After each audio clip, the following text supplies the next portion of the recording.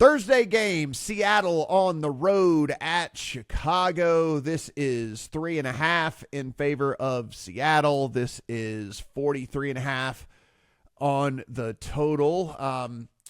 If you guys are with us last week, Lions every which way but loose in that game against Chicago. And Mo, what you said rang true yet again. You look up and you blink, and the Chicago team is down.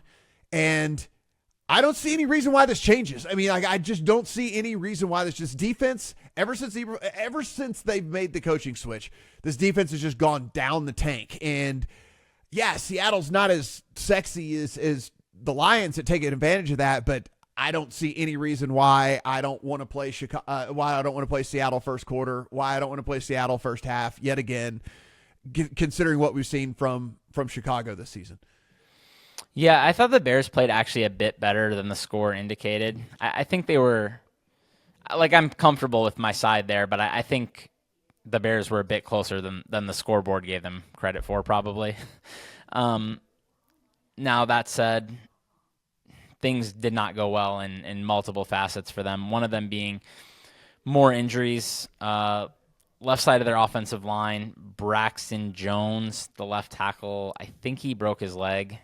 He's done for. Tevin Jenkins is on the injury report. He's at the very least banged up, so the entire left side of the line might not be out there. And this is already one of the more poor-performing offensive lines out there, facing an ascending Seahawks defense that seems to be finding its footing, although they obviously struggled against the Vikings. But that's a very good offense, so we could give them a pass for that, perhaps. Seattle also does have quite a bit of talent at corner. They have the ability to challenge these receivers, maybe in ways that the Lions couldn't necessarily do. I mean, they did have guys open downfield. Whether Caleb could hit them was hit or miss. But, they also struggle running the ball, obviously, and Chicago has been pounded by the run quite a bit this year. So that could help Chicago, that they're not going to be facing a good run-blocking line. I get nervous laying points with Geno because he likes to live on the edge. We've seen that many times. I love Geno, but the guy never saw a throw he didn't think he could make, so sometimes that bites him in the ass. The matchups overall seem honestly favorable for the defenses, but at the same time, man, I mean, it's like you said, this Bears team, they just keep getting down 20 and then they'll start coming back. So they've basically been an overs machine for multiple weeks now. So they're kind of like the Patriots in that sense now. That's actually a very good comp, actually, for what they've been, where it's like Caleb and them go, oh, okay, now we can just throw it all over the place and go nuts. And then it starts to work, right? But it's like they're already down two or three touchdowns and there's not much to it. I don't love backing Geno really just in general. I'm probably one of the guys that very rarely ever backs the Seahawks here, but I have a propensity to find teams that I like to pick on and just continue to pick on them until it doesn't work anymore. And this Chicago team, I'm not saying they're quitting. I don't think they've quit. I think they showed last week they didn't quit.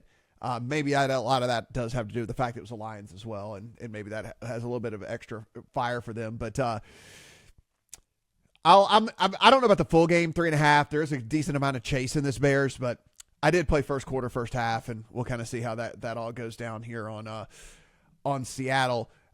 So let's just take a look. And if there was any success to be had on the ground, again, like you said, Seattle doesn't do it very well, but this would be the team to do it against. Kenneth Walker, weirdly enough, even though Charbonnet was pretty good filling in for him. I mean, they just went Kenneth Walker over and over and over again. Oh, they don't have a line out yet for Kenneth Walker. I don't think he's going to play. So yeah, we'll see what happens. But my honest opinion, even though I thought Walker was running the ball well early in the season, I honestly think Charbonnet, for some reason, gives them some kind of juice that they did not have. He, to me, just looks. I know this is going to be blasphemy to the scouts out there that watch the tape and stuff like that, but my untrained eye, Charbonnet looks better to me. I don't know. I mean, he just looks better to me. I don't know. Maybe I'm really off here, but I guess we'll see whenever when stuff gets posted out there for whoever goes for Seattle, that could be something to take a look at. And certainly if it's Charbonnet, it's probably not going to be as high as maybe it normally would be, and then we could get a decent look at it over there.